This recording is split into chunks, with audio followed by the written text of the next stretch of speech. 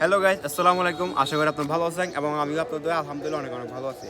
তো আজকে সবাইকে জানাচ্ছি পবিত্র জুম্মা ও রমজান মোবারক।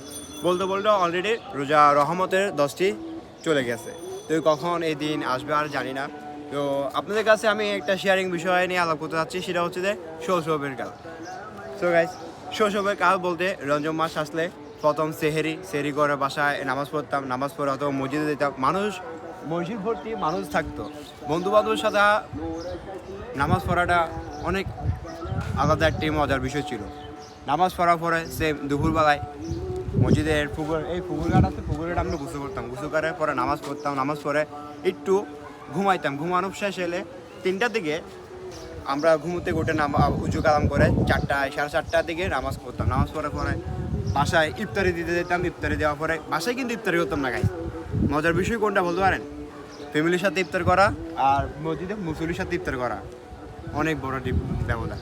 কারণ গাইস, বন্ধু বান্ধব আছে সবার সাথে মিলেমিশে মসজিদে আমরা এই 2 তলা ছিল, 2 তলায় আমরা ইফতারি করতাম।